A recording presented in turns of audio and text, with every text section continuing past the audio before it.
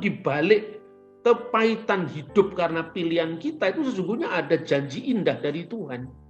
Tapi ada satu janji yang tidak diberikan pada Ismail. Janji itu apa? Olehmu semua kaum di muka bumi akan mendapatkan berkat. Itu hanya diberikan kepada Abraham, Ishak, dan Yakub. Karena ketentuan ini yang disebut messianic blessing, berkat messianik. Makanya ketika orang Yahudi mengatakan Elohe Abraham, Elohe Yitzhak, Elohe Yakub dalam doa mereka yang menyebut Baruch atau Adonai Eloheinu melek ha'olam.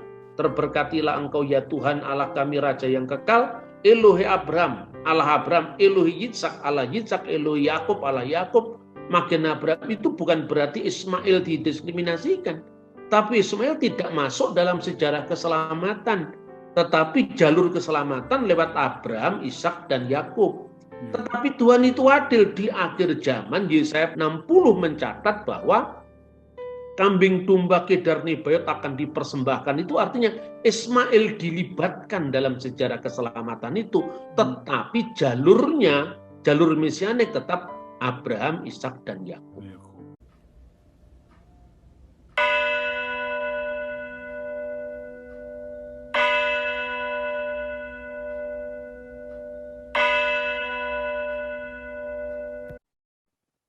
Saya ingin bertanya begini Mas Bambang, kan di Alkitab itu, khususnya Alkitab Perjanjian Lama, kita temukan banyak sekali cerita-cerita yang kalau pakai logika sehat manusiawi kita, itu aneh bin ajaib.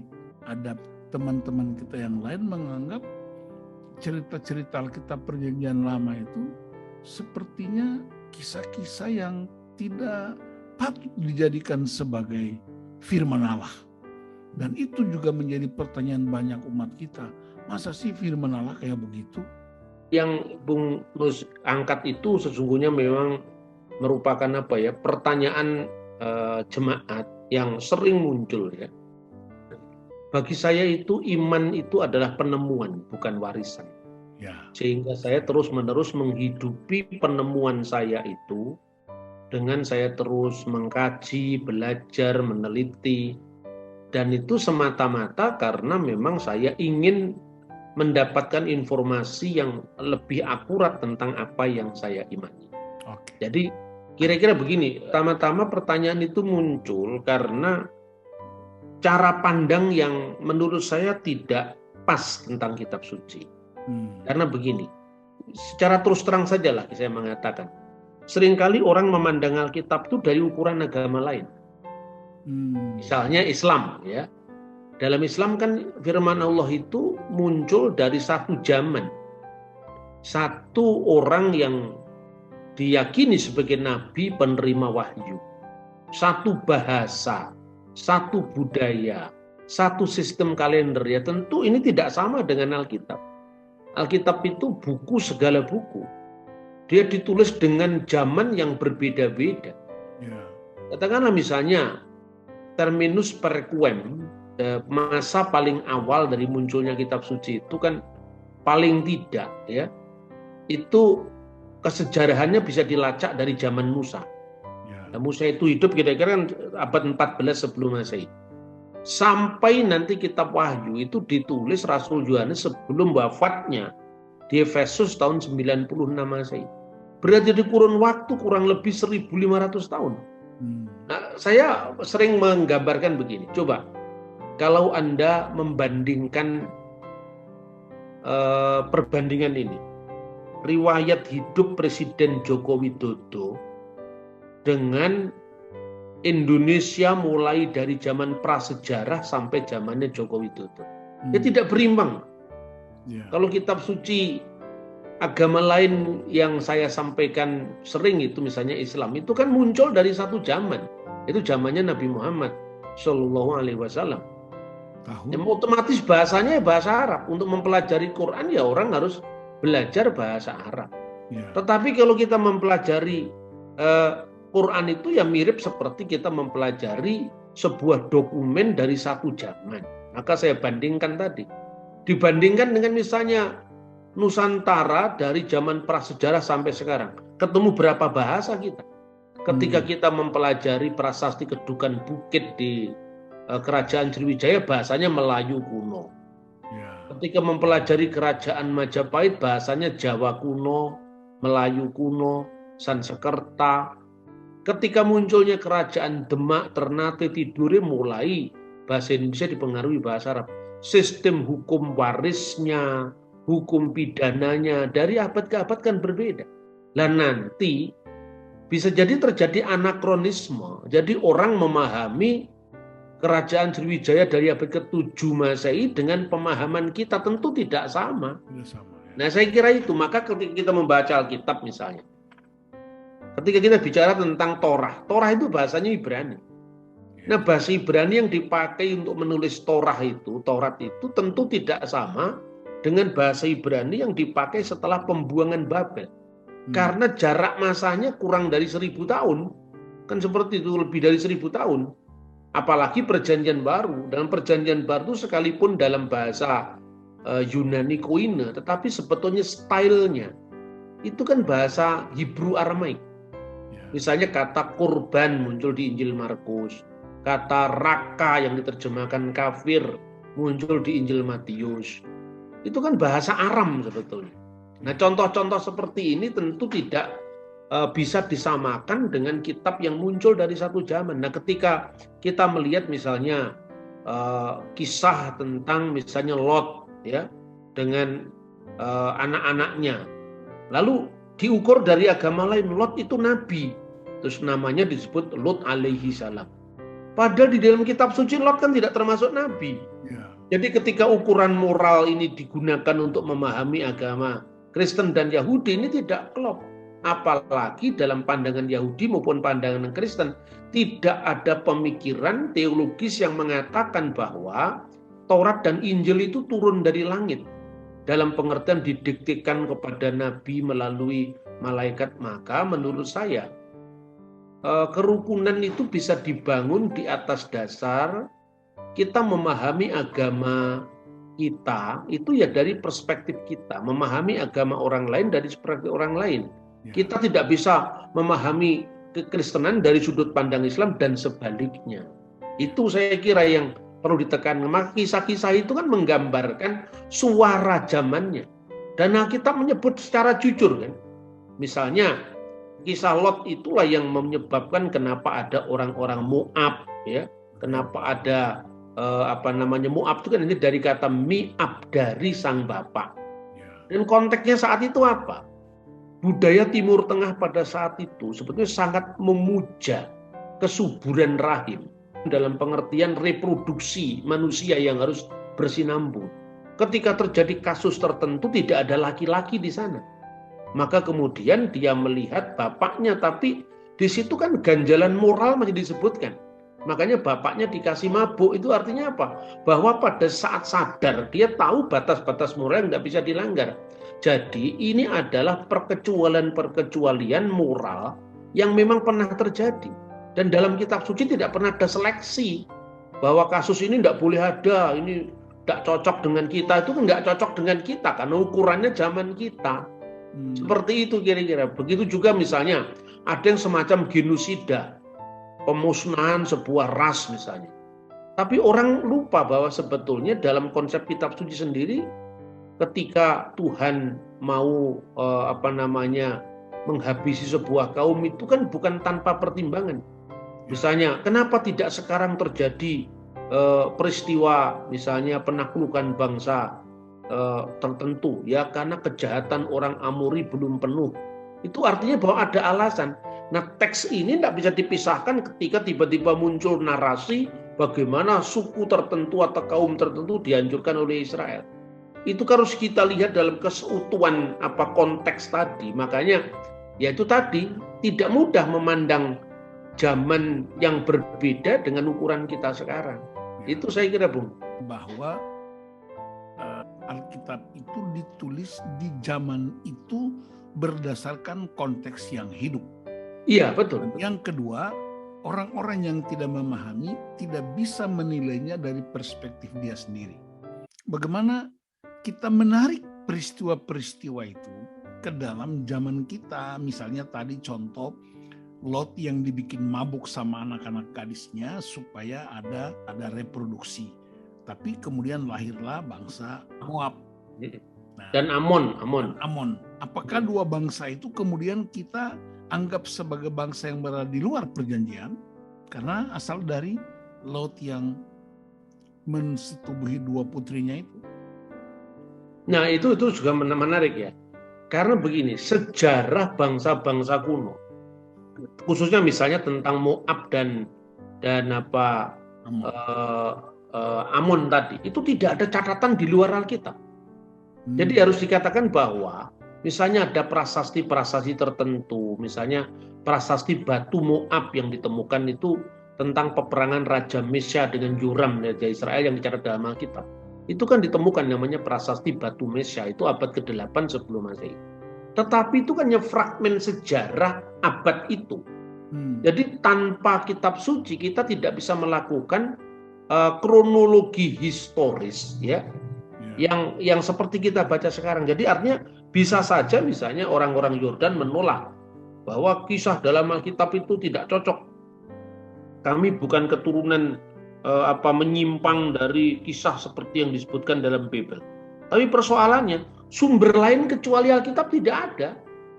Jadi kalau kita lihat misalnya di Yordan, banyak sekali misalnya guide-guide ya, pemandu-pemandu wisata itu tidak semuanya orang Kristen kan. Betul. Saya tanya, apa yang Anda pelajari ketika Anda masuk di dalam turisme dan menjadi guide?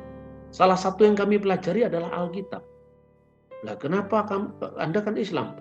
Ya karena sejarah tentang ini kan cuma ada di dalam kitab suci Alkitab. Saya kira itu mungkin kalau orang Indonesia bingung itu bagaimana seorang Muslim mau belajar Alkitab hanya karena dia menjadi seorang pemandu wisata gitu. Itu jobnya. Itu karena job tadi. Tapi juga lebih daripada itu sebetulnya. Alkitab sendiri dulunya di kalangan Kristen juga para teolog kita di abad lalu sebelum penemuan arkeologi kan juga memandang hampir mirip ya. Jadi yang dipentingkan itu adalah kisah moralnya. Yang pentingkan kisah dibalik pesan dibalik kisah ada dalam Alkitab ya. Seperti itu. Tapi sesungguhnya ketika ditemukannya arkeologi biblical, itu pandangan-pandangan semacam itu saya kira harus dipertimbangkan ulang ya. Misalnya contoh ya. Di dalam Alkitab Yusuf itu diberikan gelar di dalam bahasa yang sesungguhnya orang tidak tahu maknanya apa. Sebelum ditemukannya data-data arkeologi, orang tidak tahu itu. Bahkan para rabi Yahudi yang dia mempelajari Taurat dalam bahasa aslinya pun, dia tidak ngerti itu artinya apa. Misalnya kata Pa'aneah, itu Pa'aneah itu gelarnya Safnah Pa'aneah, gelarnya Yusuf. Itu tidak pernah dijumpai di dalam sumber kitab suci. Istilah ini nggak bisa dipahami. Tetapi setelah ditemukannya batu Rosetta, itu baru zamannya Napoleon. 1799 baru ditemukan. Kenapa disebut batu Rosetta? Karena ditemukan di desa Rasid. Maka ditemukan yang namanya batu Rosetta itu dalam 3 bahasa. Yang pertama bahasa hieroglif, bahasa Mesir kuno yang dipakai di kalangan ningrat atau di kalangan kaum imam-imam di kerajaan dan kemudian raja. Yang kedua itu adalah huruf yang disebut demotik dari kata demos, huruf yang dipakai rakyat Mesir kuno. Lalu bahasa Yunani. Nah, ketika kemudian itu diumumkan penemuan itu tahun 1799,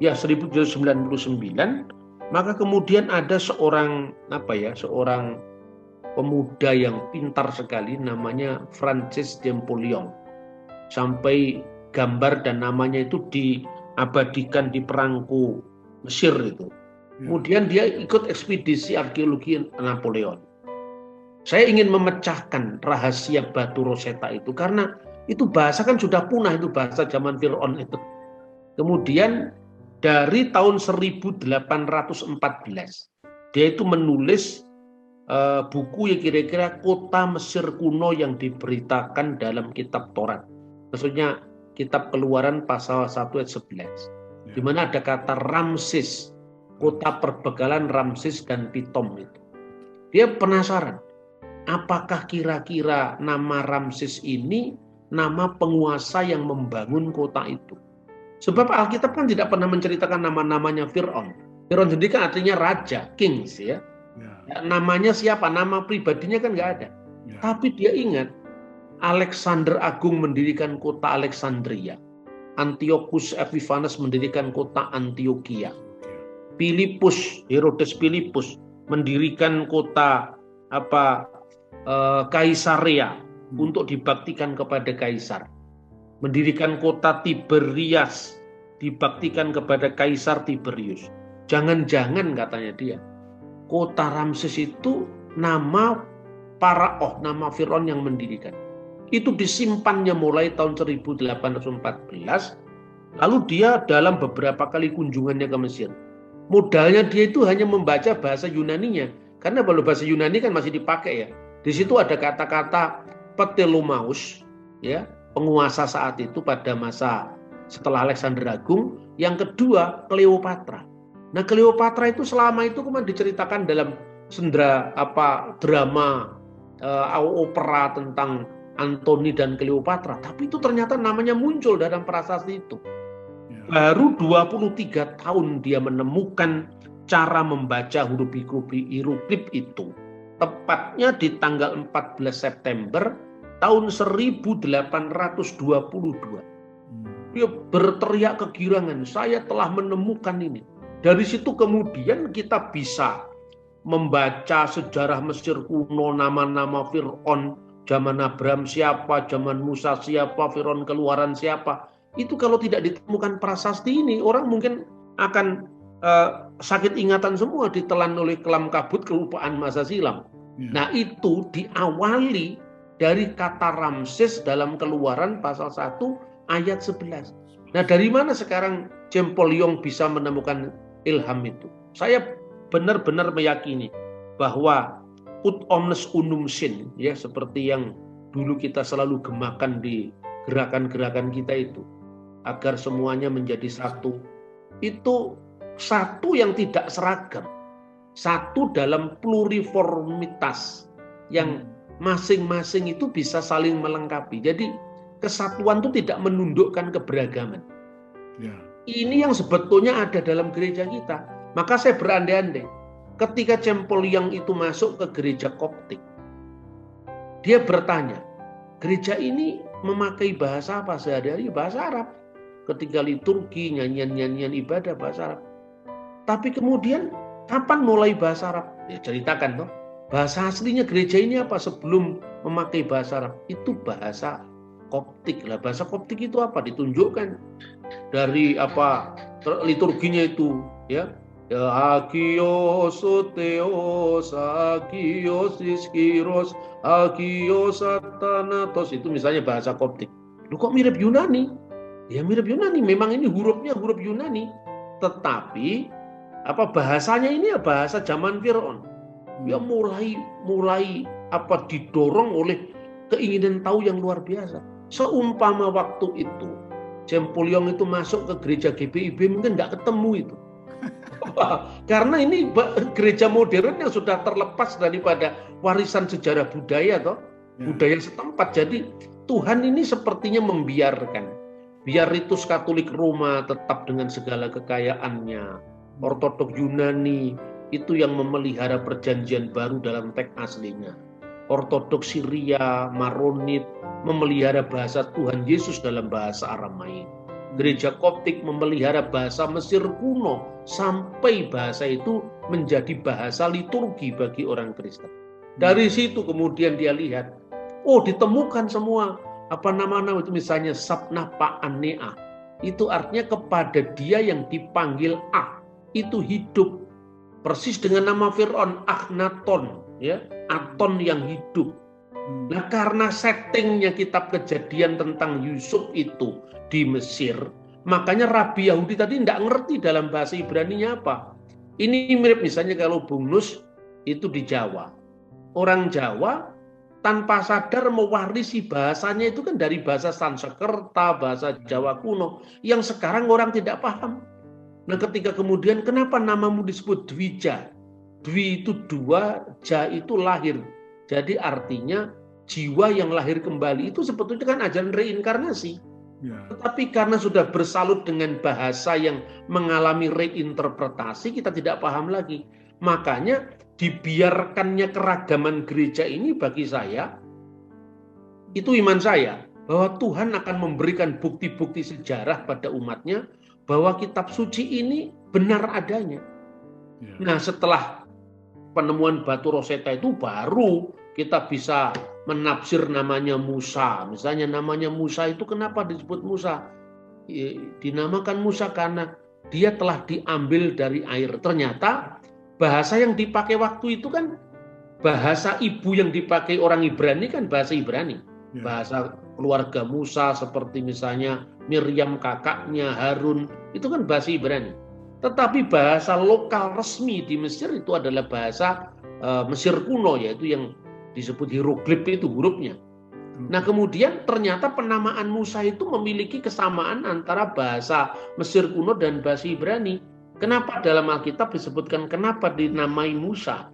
Karena min hamayim mesituhu, dari air, ya, min hamayim, dari air itu, mesitihu, telah ditarik dia. Jadi telah ditarik dari air. Nah, ternyata kata meshe dalam bahasa Mesir kuno itu artinya anak. Nah, kemudian mo itu adalah air yang mengalir, maka simbolnya seperti begini, air yang mengalir. Moshe, anak yang diambil dari air yang mengalir. Dan itu ternyata cocok dengan Ramses. Ra itu dewa matahari, Meshe itu adalah anak-anak sang matahari. Tutmose misalnya, Tot itu dewa bangau, Meshe itu anak-anak dari sang dewa bangau. Itu bisa dicocokkan, dan makanya ketika Yusuf mertuanya itu adalah imam kota On, dan On itu ternyata artinya Helio, maka disebut Heliopolis, kota matahari. Dan istri Yusuf namanya Asnat. Asnat itu ternyata bukan bahasa Ibrani, itu bahasa Mesir kuno, artinya kekasih Nait. Nait itu salah seorang figur kecantikan dalam budaya Mesir kuno. Jadi artinya yang begini bagaimana orang bisa memahami dari pemahaman kita zaman modern tanpa menyinggung arkeologi. Dari Mesir kuno itulah dianggap lahirnya biblical arkeologi. Nanti pada sekitar tahun 1920-an baru ditemukannya kota Abraham, kota Ur. Nah, dari situ gereja itu ramai lagi. Ketegangan antara Babel dengan Bible, tentang kisah-kisah kejadian yang mirip dengan Emuna Elis misalnya. Tapi itu lewat, karena apa? Karena kemiripan-kemiripan seperti itu bukan berarti Alkitab itu mengambil alih dari mitologi, tetapi karena kesamaan dari latar belakang budaya dan bahasa yang dipakai. Dari situ kemudian muncul arkeologi Mesir yang diawali dari penggalian Yeriko sampai hari ini. Jadi artinya memang arkeologi Alkitab ini mungkin ya memang dipelajari ya di SD, tapi tidak menjadi tekanan khusus. Itu yang sebetulnya ingin saya gumuli, makanya terpaksalah saya mendalami banyak bahasa kuno. Saya sekarang ini juga sedang mau belajar bahasa Sanskerta dan bahasa Koptik. Karena ini terkait dengan bagaimana sejarah Mesir kuno dan sejarah Nusantara kita ini. Ya. Saya kira itu. Jadi itu minat saya. Pertanyaannya ialah, apa kaitan langsung dengan bahasa-bahasa kuno atau historical arkeologi itu dalam membangun iman Kristen di abad modern ini? Iya, saya kira sangat relevan. Jadi misalnya gini, kecenderungan orang modern itu kan memahami sejarah kuno, memahami peristiwa kuno itu dari konteks zaman kita. Satu contoh misalnya, sumbangannya apa di iman Kristen? Misalnya, ketika kita membaca narasi kitab Kejadian tentang iman Abraham, ya, Abraham itu mengambil seorang hamba dari Mesir atas kemauan istrinya Sarah. Orang kalau tidak memahami konteks hukum kuno, sebetulnya orang akan bisa bingung-bingung ketika kemudian Hagar hamil, terus dianggap memandang rendah sang nyonya, dia diusir. Tapi ketika Hagar menuju ke jalan yang namanya Sur, kemudian malaikat menemui dia dan mengatakan, kembalilah kepada nyonyamu biar kamu ditindas olehnya. Kalau dibaca dalam konteks sekarang, masa Tuhan membiarkan penindasan? Kan seperti itu kan? Ya. Tapi kan ayat itu dibaca secara utuh dan arkeologi membantu bagaimana kita memahami itu. Apa sumbangannya kira-kira? Pertama, ditemukannya undang-undang Lipit Estar. Undang-undang itu kira-kira sejaman atau mungkin lebih tua dari Abraham. Lalu ditemukan juga prasasti Batu Nusi. Nah, prasasti ini juga menceritakan praktek hukum dari masyarakat Timur Tengah kuno. Misalnya gini, apabila seorang istri tidak bisa memberikan anak pada suaminya, maka dia bisa memperoleh anak dari hambanya dengan cara memberikan hamba itu kepada suaminya. Nanti kalau dia punya anak, ada pilihannya ada dua. Pertama, membiarkan perempuan itu bebas jadi orang merdeka. Jadi kan waktu itu masih ada status orang merdeka, status hamba. Jadi karena dia memberikan anak pada nyonyanya tadi, ditebus dengan pembebasannya sebagai hamba. Tetapi kemungkinan itu dilakukan dengan apa? Apabila anak tadi menjadi anak sang nyonya. Caranya bagaimana? Pertama, perempuan hamba itu harus melahirkan di rumah sang nyonya. Kenapa? Karena waktu itu belum ada tes DNA. Itu anaknya siapa? Ya makanya praktisnya kan hukum zaman kuno dia lahir di rumah sang nyonya. Ketika anak itu lahir, yang dilahirkan tadi anak tadi diserahkan pada sang nyonya dan lewat upacara pengangkatan anak. Lalu dia mengatakan, engkaulah anakku. Pada hari ini aku memperanakkan engkau. Ini adoptif. Meskipun yang memperanakkan itu Hagar, tapi itu yang ngomong Sarah. Berarti itu jatuh jadi anaknya Sarah. Jadi pelajaran apa yang bisa diambil dari sini? Pertama, bahwa ketika Tuhan menyuruh Abraham, tinggalkanlah negerimu, tinggalkanlah rumah bapakmu, dan pergilah ke suatu tempat yang akan kutunjukkan kepadamu. Pertama itu kan iman Abraham. Dia meninggalkan kenyamanan masyarakat Mesopotamia yang jelas menjanjikan ke suatu tempat yang dia belum tahu. Kalau bukan iman dia akan hitung-hitungan. Dapat apa nanti di sana? Apa jaminan masa depannya? Maka Abraham dibenarkan karena imannya tadi. Kemudian yang kedua, tinggalkanlah negerimu itu bukan sekedar meninggalkan batas-batas geografis. Tapi juga meninggalkan sistem hukum yang tidak adil terhadap perempuan. Nah itu kan artinya hegemoni patriarki kan, bahwa perempuan itu dianggap seperti barang kan. Kalau sudah ini disuruh pergi lepas itu. Nah ketika Tuhan menguji keluarga Abraham dan Sarah ini, janji Tuhan itu kan muncul sebelum hadirnya Hagar. Betul. Tapi ketika dia sudah ke Mesir, kemudian ke tanah Kanaan, sampai dia mengeluh, katanya aku dijadikan bangsa yang besar. Mana buktinya? Apa akankah Eliezer orang Damaskus itu akan mewarisi apa yang kuperoleh? Dan Tuhan mengatakan tidak. Lalu dibawa dia keluar, lihat bintang-bintang di langit, kalau kau bisa menghitungnya, seperti itu nanti anakmu. Abraham pun mendengar suara Tuhan. Ganti sekarang perannya Sarah. Sarah ketika dia tidak tahan karena kemandulan itu aib dari budaya masyarakat Timur Tengah kuno. Makanya dia menutupi aibnya itu dengan cara memperoleh anak dari hambanya. Itu yang terjadi. Tapi sebetulnya kan itu kan pilihan bebas, free will dari mereka semua. Abraham mau sekarang mendengar suara Sarah, ya. Sementara Hagar mau karena itu dianggapnya pembebasan, jadi status perbudakan. Sementara Sarah mau karena menutupi rasa malunya tadi. Tetapi tetap ini di mata Tuhan adalah sebuah pilihan yang harus beresiko. Resikonya apa? Ketika lahir Ismail, ya otomatis manusia kan bukan pualam. Hati manusia tetap tidak bisa dijadikan seperti barang. Toh. Jadi artinya kisah Abraham yang poligami ini bukan asas. Jadi orang lupa, buktinya Abraham poligami, kenapa kita tidak boleh kan itu kan? Ya. Tapi dampak dari perkawinan poligami Abraham apa? Semua orang menyaksikan permusuhan bangsa Arab dan bangsa Israel sampai hari ini. Ya. Sudah lebih daripada 3.000 tahun yang lalu. Kan seperti itu. Nah, dengan arkeologi kita bisa memahami ini, bahwa sesungguhnya di balik suara malaikat yang menyuruh Hagar kembali ditindas itu artinya apa? Supaya Ismail tidak kehilangan hak waris dari bapaknya. Itu silakan Hagar yang salah, Sarah yang salah, tapi Ismail salahnya apa?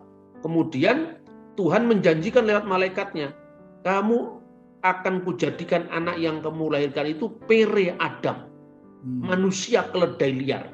Artinya kalau ibumu seorang hamba, anakmu nanti menjadi bapak padang gurun yang bebas. Itu kan dibalik kepahitan hidup karena pilihan kita, itu sesungguhnya ada janji indah dari Tuhan. Dan akhirnya lahirlah Ismail. Ketika Ismail lahir, Tuhan adil. Dia dijadikan bangsa yang besar. Begitu juga Abraham bangsa yang besar, Ishak bangsa yang besar. Tapi ada satu janji yang tidak diberikan pada Ismail. Janji itu apa? Olehmu semua kaum di muka bumi akan mendapatkan berkat. Itu hanya diberikan kepada Abraham, Ishak, dan Yakub. Karena ketentuan ini yang disebut messianic blessing, berkat messianik. Makanya ketika orang Yahudi mengatakan Elohe Abraham, Elohe Yitzhak, Elohe Yakub dalam doa mereka yang menyebut Baruch ata Adonai Eloheinu melek ha'olam. Terberkatilah engkau ya Tuhan Allah kami Raja yang kekal. Elohe Abraham, Allah Abraham, Elohe Yitzhak, Allah Yitzhak, Elohe Yakub, Allah Yakub. Makin Abraham itu bukan berarti Ismail didiskriminasikan. Tapi Ismail tidak masuk dalam sejarah keselamatan. Tetapi jalur keselamatan lewat Abraham, Ishak, dan Yakub. Tetapi Tuhan itu adil. Di akhir zaman, Yesaya pasal 60 mencatat bahwa kambing domba kedar nebayot akan dipersembahkan. Itu artinya Ismail dilibatkan dalam sejarah keselamatan itu. Tetapi jalurnya, jalur mesianik tetap Abraham, Ishak, dan Yakub. Jadi saya kira arkeologi sangat menolong kita di dalam memahami teks-teks kitab suci ini. Ya. Saya kira dengan demikian sumbangan besar bagi persatuan atau kesatuan, sumbangan besar Alkitab bagi keberagaman yang tetap dihormati. Betul, betul. Berarti tidak boleh lagi ada pandangan yang mengatakan bahwa agama ini jauh lebih mulia daripada agama yang lain dan seterusnya. Dia mestinya sama-sama ada di dalam itu. Dalam sejarah penyelamatan. Sekalipun ada yang menerima langsung dan nanti ada yang dilibatkan ke dalam. Betul, betul. Iya, iya. Nah, apa dalam hubungan itu bagaimana kita memahami konteks kemajemukan kita di Indonesia? Iya, Karena saya ada kira yang itu. menyebut keturunan Abraham, sama-sama dari keturunan Abraham atau Ibrahim. Iya. Jadi saya pernah bahkan sering ya berdiskusi dengan teman-teman Muslim di IAIN atau di forum kajian Islam. Pernah saya satu forum dengan Profesor Mun'im Siri. Beliau itu sangat terbuka, dia mengatakan begini. Jangan-jangan Abrahamic religion itu malah memecah belah kita kan. Karena apa? Mestinya kan pemersatu, tapi kalau kita mempersatukan ini dari perspektif kita tanpa mendengar yang lain, tentu itu akan menjadi semacam bentuk imperialisme doktriner. Kita memahami orang lain dari perspektif kita. Maka sebetulnya kalau di dalam konteks ini ya, istilah The Abrahamic Religion itu kan sebenarnya istilah ilmu agama-agama. Sebetulnya. Tetapi bagaimana Yahudi memahami Abraham, Kristen memahami Abraham, dengan Islam memahami Abraham itu agak berbeda. Karena Yahudi dan Kristen itu sekalipun nanti pada titik penyimpulan apakah Yesus adalah Mesias itu berbeda. Bagi orang Yahudi, Yesus itu bukan Mesias. Maka mereka masih menunggu Mesias yang akan datang. Tetapi sumber dari refleksi mesianik itu sama. Yaitu kitab suci yang sama, Abraham yang narasinya sama dibangun dari kitab Torah. Bahkan rabi-rabi abad pertengahan bahkan membuat satu statement begini. boleh mengajarkan Taurat kepada orang Kristen, tapi tidak boleh mengajarkan Taurat kepada orang Muslim. Loh, kenapa begitu? Karena orang Kristen memahami Taurat sama dengan Taurat kita, sekalipun mereka menyimpang. Jadi di mata orang Yahudi kita itu menyimpang gara-gara Yesus itu. Tapi Islam tidak, katanya. Islam itu memahami Taurat karena Taurat yang mereka pahami sendiri. Maka kalau kita mengajarkan Taurat kepada orang Muslim, nanti belum apa-apa mereka sudah menyangkalnya karena Taurat kita dianggap palsu gitu. Jadi titik-titik tengkar ini harus diakui juga dalam dialog. Kita tidak boleh dialog itu dianggap penyeragaman, di mana perbedaan tetap harus dihormati sebagai perbedaan. Nah, itu saya kira, sehingga jangan-jangan the Abrahamic religion itu malah menjadi titik tengkar apabila kita memaksakan paradigma kita. Ya, kalau saya berdialog sama Muslim, ya menurut narasi Quran seperti ini. Jadi kalau menurut narasi Alkitab seperti ini, yaitu kita, kalau kita tidak bisa bersetuju dalam konteks teologis, kita bisa bersetuju dalam konteks ortopraksis. Jadi pada dataran pengamalan itu kan baik, itu tetap baik sekalipun terjadi di wilayah orang lain. Makanya iman, pengharapan, kasih. Iman itu kan dasar segala sesuatu. Tetapi jangankan antara Islam dan Kristen, antara Kristen dan Yahudi. Sesama Kristen saja bisa berbeda pendapat, antara Protestan dengan Katolik, Katolik dengan Ortodoks, sesama Protestan misalnya. Tetapi kalau sudah bicara tentang kasih, itu kan universal. Nah, dalam konteks inilah yang mempersatukan kita. Jadi kata Gus Dur ini, kalau kamu berbuat baik tanpa pandang bulu terhadap orang lain, orang tidak akan tanya apa agamamu. Nah, saya kira itu. Setuju. Nah, pertanyaan saya yang terakhir ialah dalam hubungan dengan, karena kita tadi banyak bicara tentang Abraham, Ishak, dan Yakub, maka kemudian pertanyaan saya yang terakhir ialah kita nggak bisa klaim bahwa hanya kitalah keturunan Abraham, tetapi kita bisa klaim bahwa kita adalah anak-anak ahli waris perjanjian. Pak Bambang gimana? Ya, betul. Dua-duanya saya kira gini, kan dalam gereja kuno itu kan ada dua alur ya.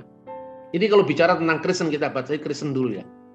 Bahwa ada orang-orang yang disebut Nasrani, dan Paulus itu disebut sebagai salah satu pemimpin dari sekte Nasrani. Itu sebetulnya gereja Yerusalem. Gereja yang dipimpin oleh Rasul Yakobus sebagai episkopos, uskup atau penilik jemaat. Tetapi ada rasul bagi orang yang tidak bersunat. Itu misalnya Paulus dan Barnabas. Nah, dua kelompok ini kan nyaris pecah, ya. Jadi kelompok Yahudi ini, khususnya orang-orang Kristen Yahudi maksud saya, memaksakan hukum Taurat itu dilakukan kepada orang non-Yahudi. Itu sisa-sisa proselitisme orang Parisi sebetulnya. Orang Parisi yang sudah menjadi Kristen itu memaksakan hukum Taurat harus dilakukan untuk orang-orang non-Yahudi. Kemudian gereja nyaris pecah.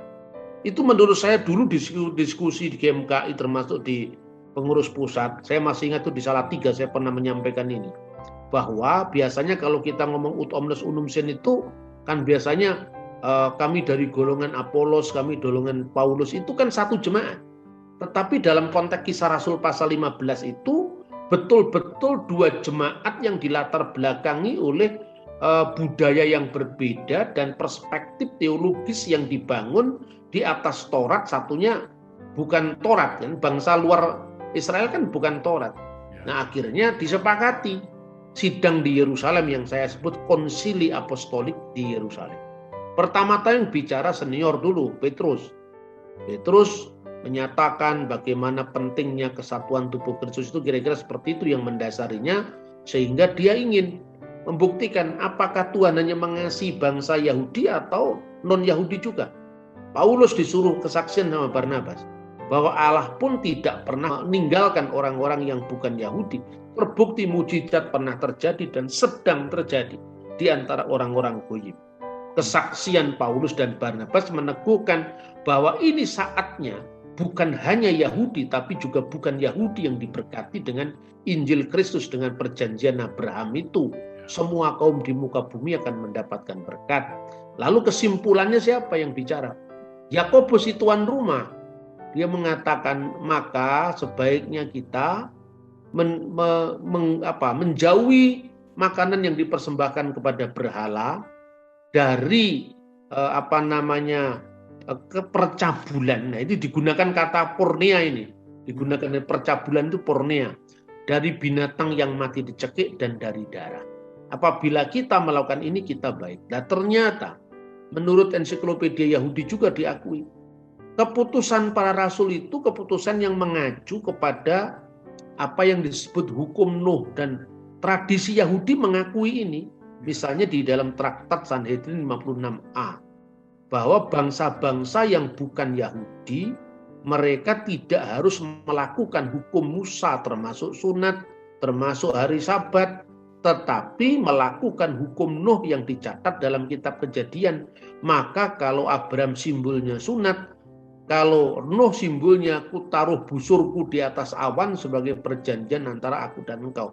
Maka dalam tradisi Yahudi, dialog dengan agama-agama lain itu dasarnya bukan Abraham, tetapi dasarnya Nuh.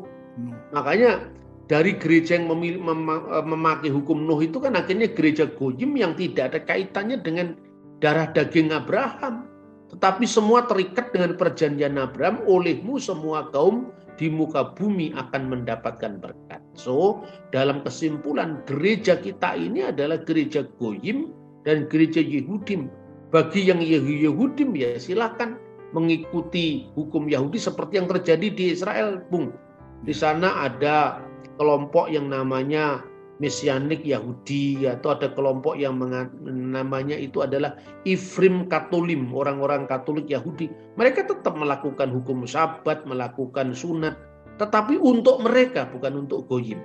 Nah, ini saya kira pelajaran oikumene pertama yang sangat baik, bahwa kita tidak hanya terikat pada darah Abraham. Yang terikat dengan darah Abraham kan mereka yang punya keturunan dengan Abraham, Ishak dan Yakub Yahudi. Tapi yang kita orang Goyim, orang Ambon, orang Jawa, orang Cina, ini ya kita terikat dengan hukum Nuh. Itu saya kira, dan dari situ nanti kita akan melihat bahwa sesungguhnya Ignatius dari Antioquia yang memperkenalkan istilah gereja yang kudus dan am. Itu kan konteksnya seperti itu. Itu pencerahan yang menolong kita, dan saya berharap ini menjadi pengetahuan bagi para hamba-hamba Tuhan, supaya kita membangun umat yang tidak eksklusif. Betul ya. Umat yang inklusif, tapi yang menantagungkan Tuhan Yesus suruh untuk menjadikan semua bangsa muridku. Sementara kita juga terikat dengan nilai-nilai inklusivisme yang begitu kuat. Nah, pernyataan Anda? Jadi saya kira tidak perlu dipertentangkan. Jadikanlah semua bangsa muridku, itu kan sebetulnya amanat agung. Agama lain pun juga memiliki ayat yang serupa, toh. Misalnya Islam, sampaikanlah walaupun hanya satu ayat. Kulil haqqo walau kana muron. Katakanlah kebenaran itu sekalipun pahit. Jadi setiap agama dakwah itu memiliki panggilan untuk menyampaikan kebenaran imannya kepada orang lain. Tapi panggilan itu kan bukan paksaan. Jadi seperti dakwah, dari kata da'a itu kan panggilan. Misi, kesaksian sebetulnya ya, bersaksi itu kan menyaksikan apa yang kita imani. Soal orang mau terima atau tidak itu sebetulnya bukan wilayah kita, itu sudah wilayah Roh Kudus kan begitu. Jadi saya kira tidak perlu dipertentangkan, tapi bersamaan dengan bagaimana kita melakukan evangelisasi, melakukan dakwah atau apa saja namanya, tetapi kita harus menjaga bahwa di atas semua panggilan agama kita punya panggilan kemanusiaan. Karena di depan Tuhan manusia itu sebetulnya kan setara. Semua diciptakan menurut gambar dan rupa Allah. Dan saya kira itu yang tidak perlu dipertentangkan menurut saya. Baik Mas Bambang, jadi ini pencerahan yang baik, terutama buat umat kita, sehingga kita tetap beriman kepada Kristus, tetapi kebenaran-kebenaran harus tetap disampaikan, bahwa ada keputusan untuk menerima atau tidak itu free will seseorang. Ada istilah yang menarik, ada yang disebut controllable, ada yang disebut uncontrollable. Yang kita bisa kontrol ialah free will kita. Uncontrollable itu bagian Tuhan dan bagian Roh Kudus. Amin. Ya. Terima kasih Mas Bambang untuk pencerahannya malam ini. Semoga menjadi berkat bagi yang lain dan kita akan ketemu lagi pada kesempatan-kesempatan berikutnya. Tuhan Yesus memberkati.